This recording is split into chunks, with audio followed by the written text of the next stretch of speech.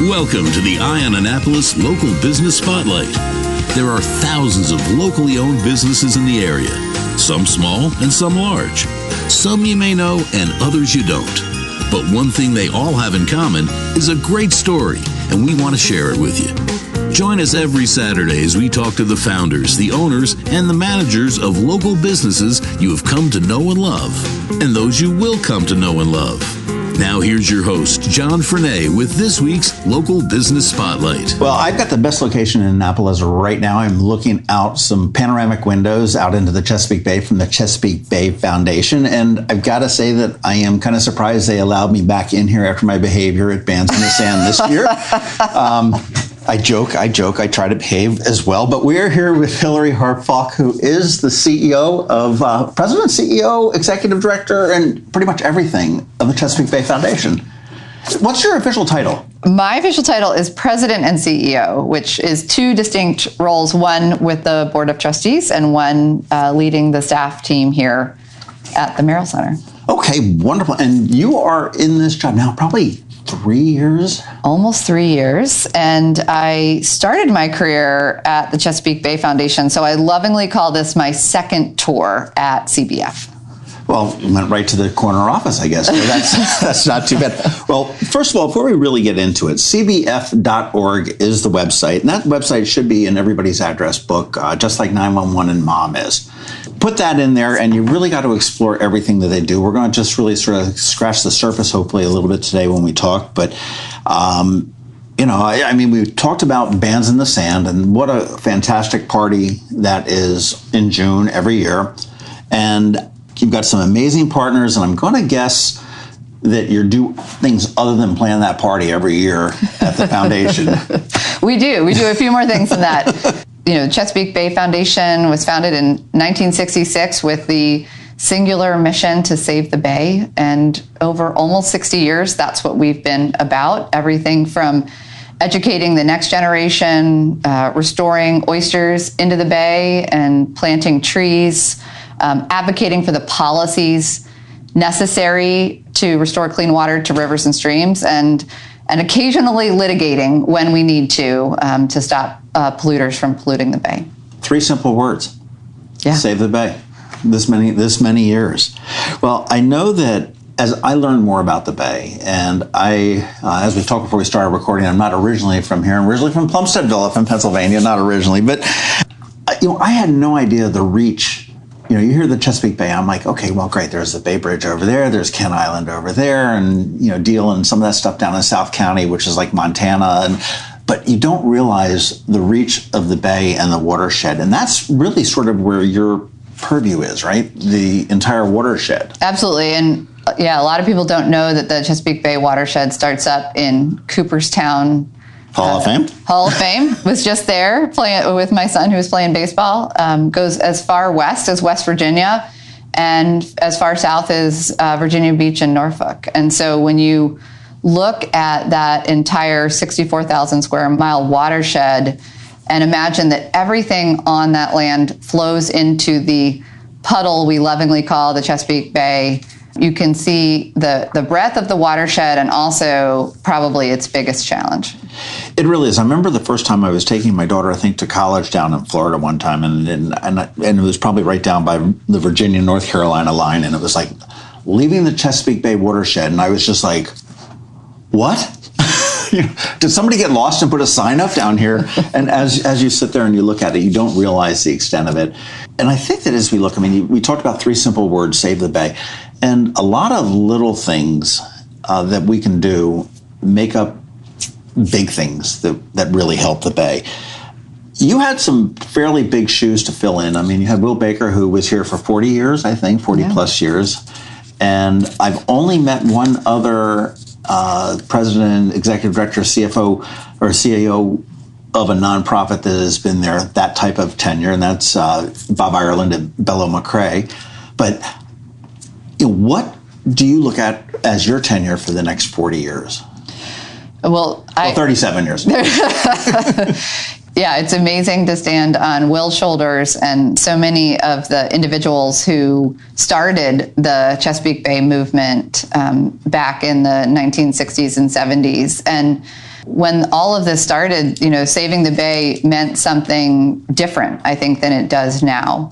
And, a lot of our initial look at the bay was focused on wastewater treatment plants and how to stop pollution entering the bay from those, concern about trash, fisheries issues. But over those almost 60 years, we've seen pretty dramatic changes, including now, 20 million people living within the Chesapeake Bay watershed. It's a huge number. It's a huge number of people. And of course, because, who doesn't want to live in the Chesapeake Bay watershed? We've seen pretty significant changes due to climate change. And I think an awakening of the relationship between people and nature. And that saving the bay doesn't just mean saving crabs and oysters, but it means protecting communities all along the bay and preparing those communities for the impacts of climate change. So I think my tenure will look a little bit different just because we're facing different challenges. But I think the good news is that over those 60 years, we've seen some real progress in a number of places. And so we're going to build on that progress, accelerate progress, and look to the future and ways that we can protect water quality, but also look at living resources, habitat, and address the impacts of climate change. Is there a single largest issue facing the bay right now? You mentioned waste treatment. Environmentally, we know about the chicken farms and everything else. Is there any one thing that sort of, sits at top of the issue for the Chesapeake Bay? Well, from a water quality perspective, we have done a fantastic job at addressing pollution coming from sewage treatment plants. And with technology and investment, that has been, I think, a bright star in the cleanup effort.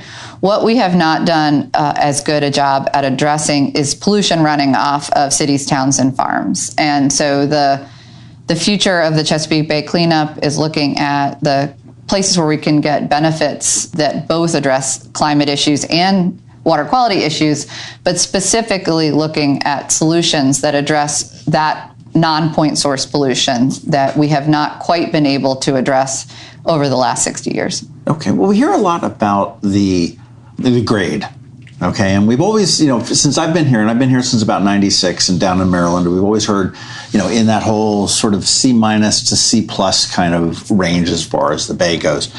As my kids would tell you, well, C's get degrees, but that's not good enough. What do we need to do to get on the honor roll? So recently, the University of Maryland Center for Environmental Science released the best grade that the Bay has seen to date. And I think what we can get excited about is progress. We're seeing improvements in individual rivers. Just this week, we saw some better underwater grass numbers. So we're seeing these kind of little sparks of progress. What we don't have is that A yet. And so to get there, we really need to hyper-focus on how to make progress at a state and local level and improve all of those rivers and streams that ultimately flow into the bay and address non-point source pollution, as well as looking at ways to build habitat in shallow areas that will also support the nursery grounds of the Chesapeake Bay, where we know rockfish and crabs live and thrive. Well, I know one of the huge things is, and you talked about, the runoff from towns and everything else, and we get that. We've got roads everywhere, and I'm sure that in an ideal world for Hilary Harp-Falk, they'd all be like gravel roads, and they'd nice drain into the, and everything else. But that's not a realistic thing. But it's good to see municipalities, and I'll pick on Annapolis for a little bit, really understanding the value of the bay to the residents. And yes, it'd be great to live right here where we're looking at, but if we don't maintain it, it's nothing. It's just a piece of property. And, we look at the Crystal Spring, which is now Village of Providence Point. That went from a fairly large thing, and it's still in litigation right now, but a fairly large thing where they weren't really doing much for the runoff and much into Crab Creek, I believe was the creek that it was up there. And now it's got to the point where a lot of the environmentalists are very, I would say not in favor, they'd be in favor of no development, but that's not a realistic thing. but this is the best that we can do. But I mean, Annapolis with their 50% tree canopy and everything else, I think when you see communities come together and they realize that it's not just, the quality of life is not just about how quick the fire department gets there and the ambulance gets there. Yes, those are very important, and the traffic lights work. But it's living in an area that you can enjoy, not just your little quarter-acre backyard, but to be able to get out into City Dock, get into the Chesapeake Bay, the Chesapeake Bay Foundation, and see their beach. Which, if anybody has never done, go do that. It's an amazing building. We'd love to have you anytime on the beach. And we're getting off topic, but I was in the lobby coming in, and I saw that article in the Washington Post from 2011 saying that the building was 10 years old, and I'm going, counting on my fingers and toes and going, oh my gosh, this thing's almost 25 years old. But it is such a leader as far as environmentalism probably in the world, I would think. Yeah, and I think this building, the Philip Merrill Center, and other examples of the built environment are models for how communities can think about their impact on the land, and then, of course, their impact on what goes into the bay. But you were mentioning Annapolis's commitment. I mean, we've seen really incredible commitments from everywhere, from Baltimore to Norfolk, and when communities are investing in people and a quality of life, that also means investing in water quality. And when we can make those investments, we're creating places that people want to live, where they can get access to water and access to nature, which, especially during the pandemic, we realized how important that was. And so healthy communities are good for the communities themselves and also good for rivers and streams and a healthy bay. For sure. You mentioned that what the Chesapeake Bay Foundation does, okay? I mean, you advocate, you educate, and if you need to, you litigate, which is a little bit further out of the reach of myself and my neighbor and everything else. But what can the individual person, the individual family, the neighborhood community do to help move that along? Because it's a bunch of little steps are going to turn into huge strides, or going to turn into gallops and, win this race.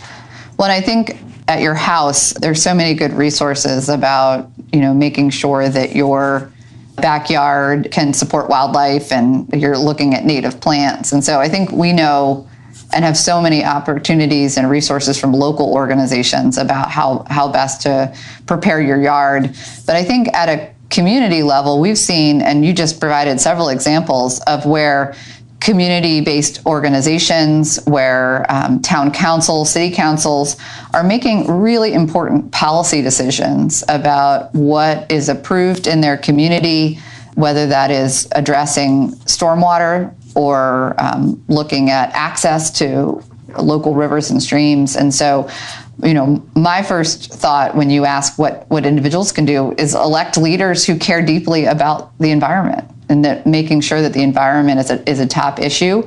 And when we see those individuals and those communities coming together around clean water, that's really good for everybody.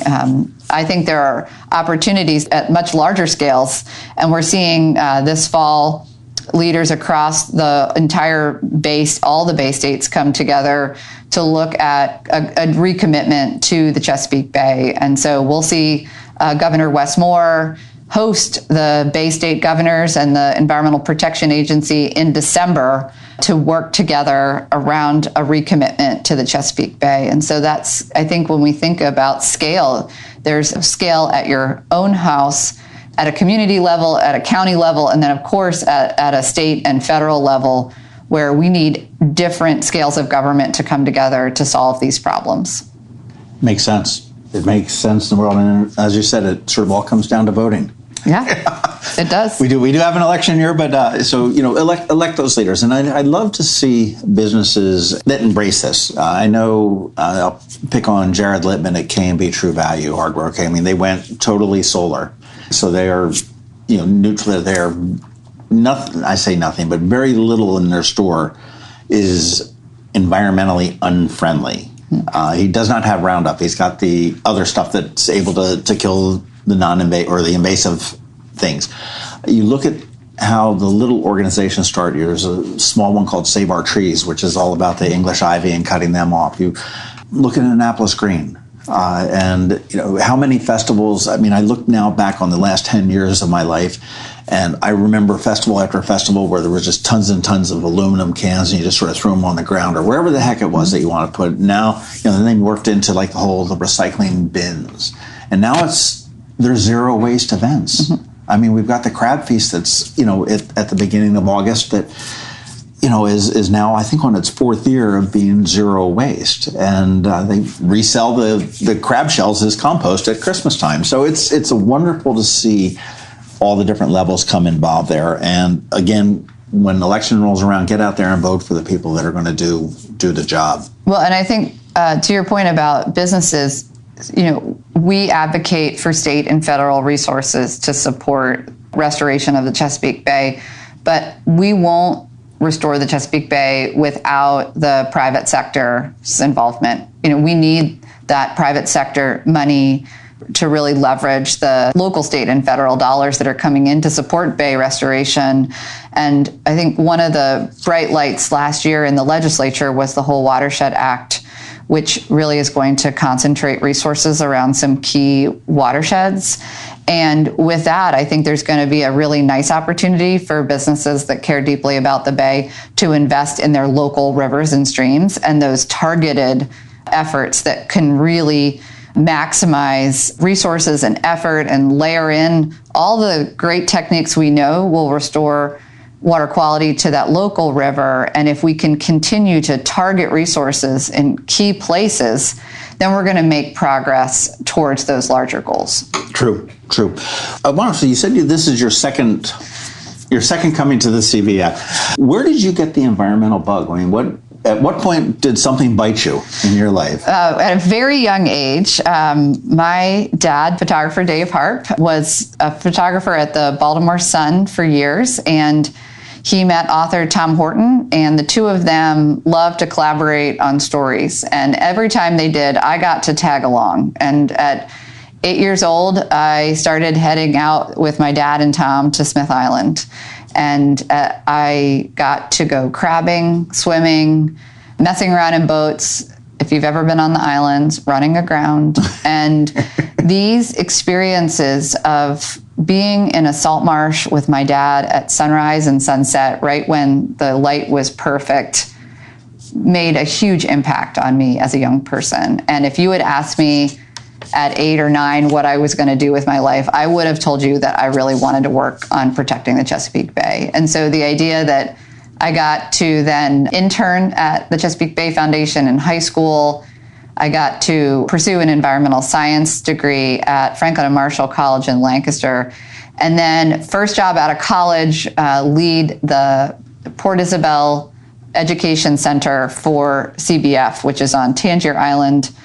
And I lived in the heart of the Bay for 3 years, teaching students, farmers, and sometimes elected officials about the importance of the Bay by taking them outside and exploring the grass beds in Tangier Sound, crabbing, fishing, exploring. And those 3 years were totally magical. And I learned a lot about not just the ecology of the Bay, but the connection to the islands and the really incredible experience of being in the heart of the Bay. You don't realize the connection that the Bay has with absolutely everything that those of us that live in that watershed, us, the other 19,999,999 people.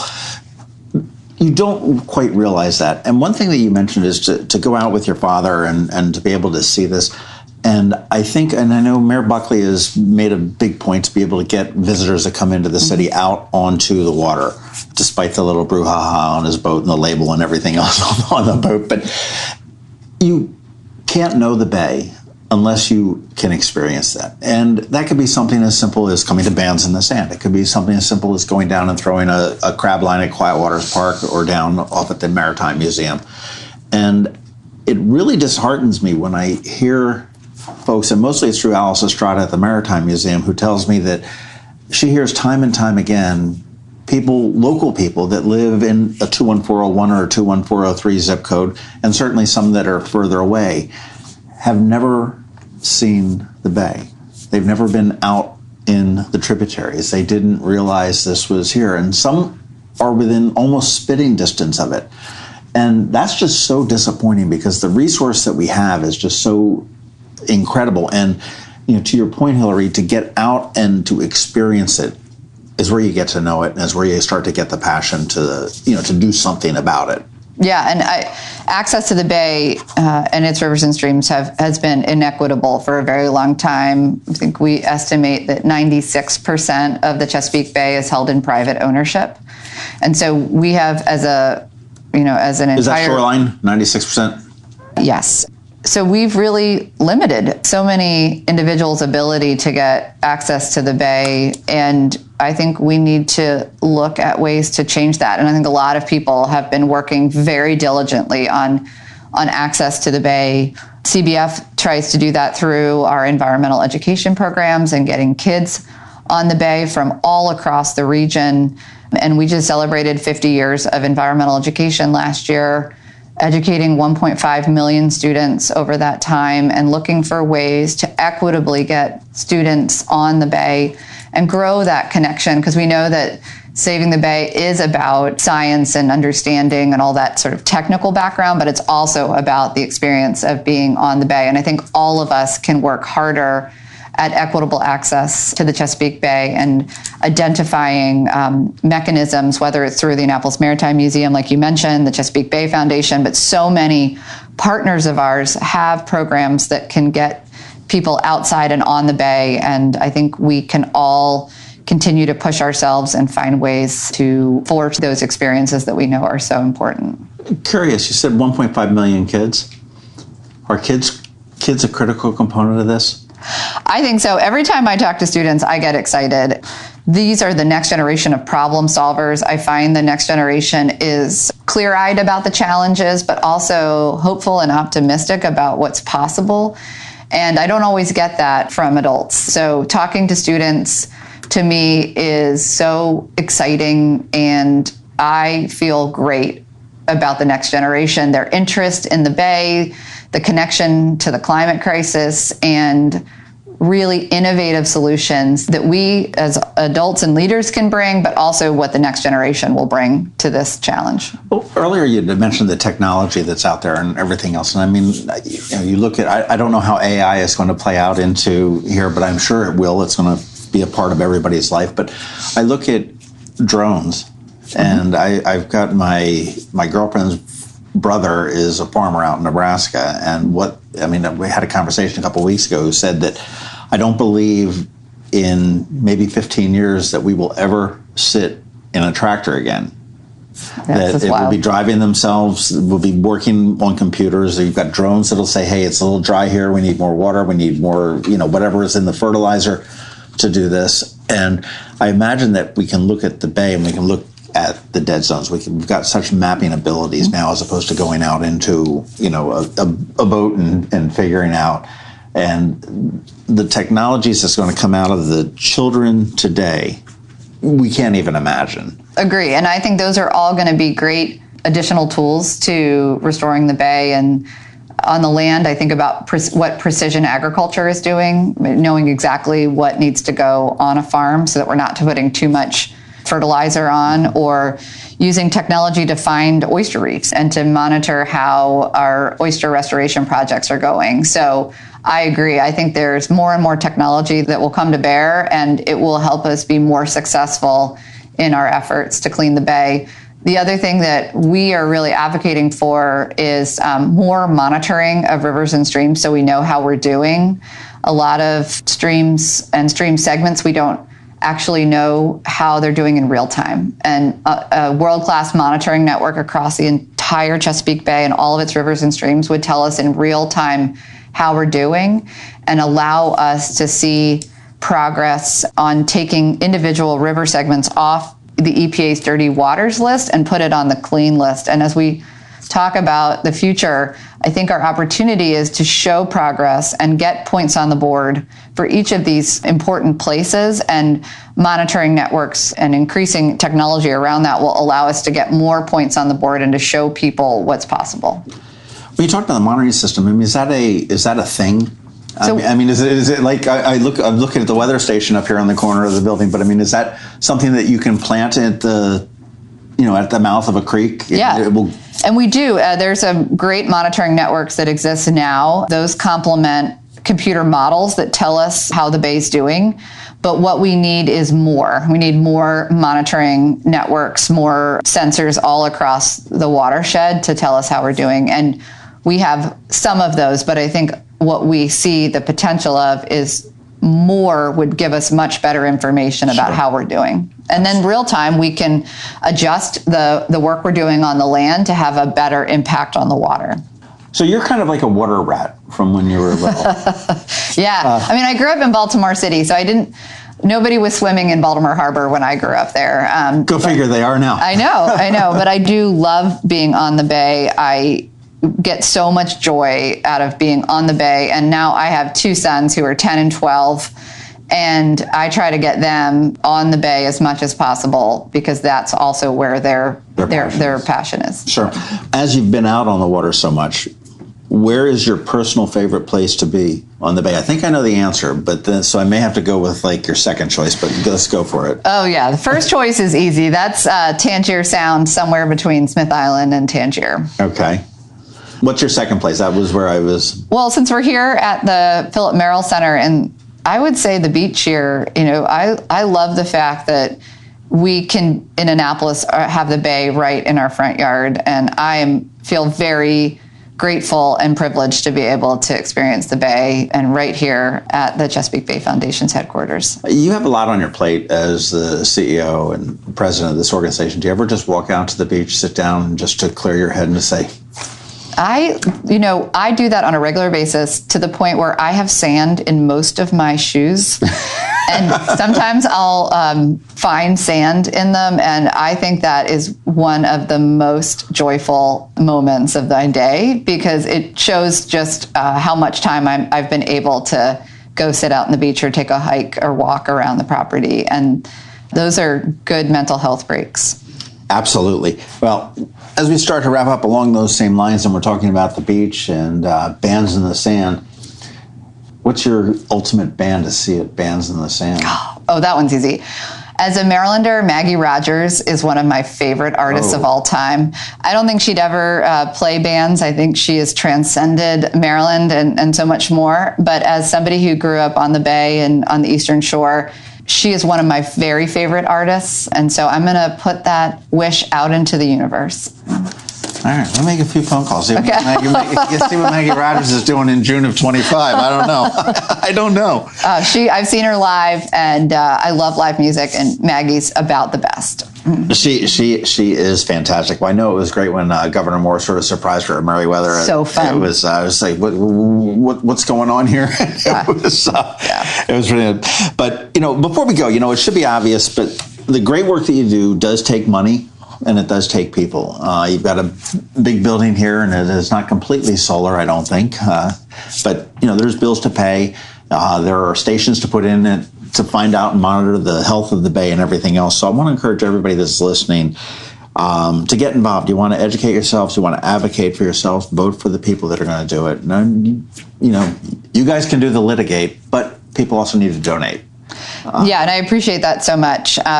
Both of the Chesapeake Bay Foundation and all the really incredible local organizations in Annapolis that are also working on key environmental issues. You can go to cbf.org. Makes it real easy to make a donation. If you're not into the hard donation, June, I don't know the exact date at this point, but June of 25 will be one of the most amazing parties on the beach and one of the most amazing pieces of property probably in Maryland. You can work that. You can work with other nonprofits that you guys work with to really work on taking this resource that we have to make sure that we have it for our children, for our grandchildren, for their grandchildren, and on and on and on. Because, it's been here for so long. We've done a really good job of mucking it up. And we have. I mean, this was such a pristine thing hundreds of years ago, and it's not. And, call it progress, call it whatever you will, but we do need to make sure that we protect it. And that's where the Chesapeake Bay Foundation is really sort of leading the charge on this. And as we know that the small steps turn into bigger steps, and in the end, It can be done if we all work together, if we all realize what we have, what we may lose if we don't do anything.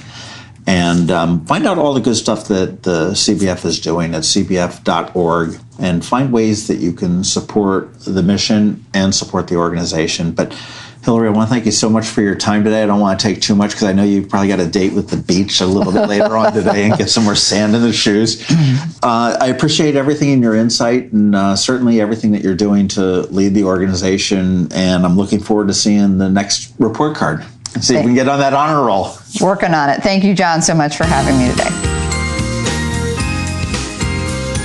Thanks for listening to this week's Local Business Spotlight.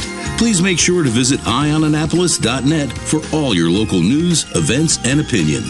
And in case you haven't already, please subscribe to the Eye on Annapolis Daily News Brief, where we bring you all the day's local news direct to your phone, tablet, or computer in about 10 minutes. It comes to you at 6 a.m. every Monday through Friday, and you can subscribe on Apple Podcasts, Google Podcasts, or wherever you get your podcasts.